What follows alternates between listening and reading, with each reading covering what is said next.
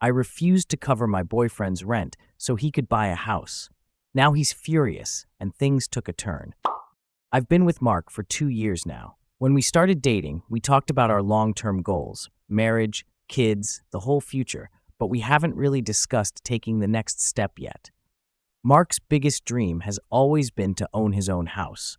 He's been saving up, but since we live in a city with a pretty high cost of living, it's been slow going. Yesterday, he asked me if I'd consider covering rent and utilities for a year so he could save more aggressively. Honestly, I wasn't 100% on board, and I told him that. When I asked if he's thought about marriage, he said it might be too soon, which I agree with, but he definitely sees a future with me. Then I asked if the house would be ours or just his. He said it would be completely his because we're not married yet, and buying together would be too risky. I asked if he'd eventually pay me back, and his response was eventually. For context, I inherited a house from my grandmother in a high cost of living city.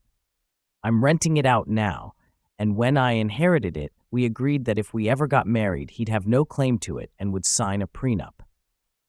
Now he says he'd include his house in a prenup too, except I've done nothing for his future house while he's asking for financial support from me. Here's my dilemma. Mark hasn't contributed anything to my inherited house. Neither have I, honestly. It was in perfect condition, so it makes sense he wouldn't have a claim.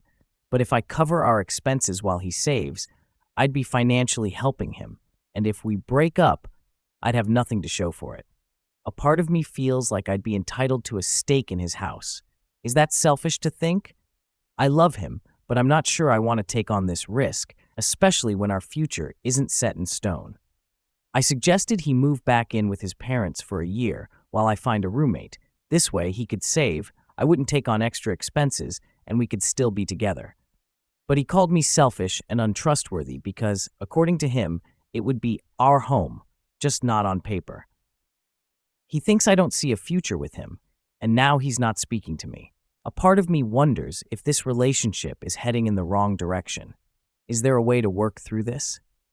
Update 1 week later. After a few days of thinking things through, I came up with a solution for Mark. Instead of covering his rent for a year, I offered to front him the money he needed for a down payment on his house. We agreed that I'd own a percentage of the house based on how much I contributed. For example, if he was looking at 500K homes and I gave him 50K, I'd own 10, not 50-50, just my fair share. If he paid me back within a year, I'd remove my name from the deed, no interest required. But if he didn't, he'd have to buy me out at my percentage of whatever the house was worth a year later. If the house appreciated to $600, he'd owe me 60K, and so on. Honestly, it wasn't the best deal for me. Real estate prices are skyrocketing, and this was basically worse than taking out a loan. I figured he'd decline, and we'd move on, like this conversation never happened. But to my surprise, he agreed instantly. He said he'd get a lawyer to draft an agreement, even though he hadn't finalized a house yet. In just 2 days, he had the contract ready and started pushing me to sign it immediately. I told him I wanted to review it with my lawyer first. No big deal, right? Well, turns out the agreement had some shady clauses.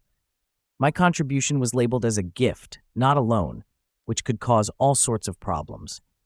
My lawyer strongly advised against signing it and drafted a fair alternative. When I sent it back to Mark, he refused to sign. He kept insisting I sign the original and wouldn't explain why. His behavior took a turn. He got increasingly frustrated, and for the first time, I saw a side of him I didn't expect. He lashed out, called me names, and accused me of reducing our relationship to a transaction. After 2 exhausting days of pressure and emotional manipulation, I realized I couldn't stay with someone who acted like this.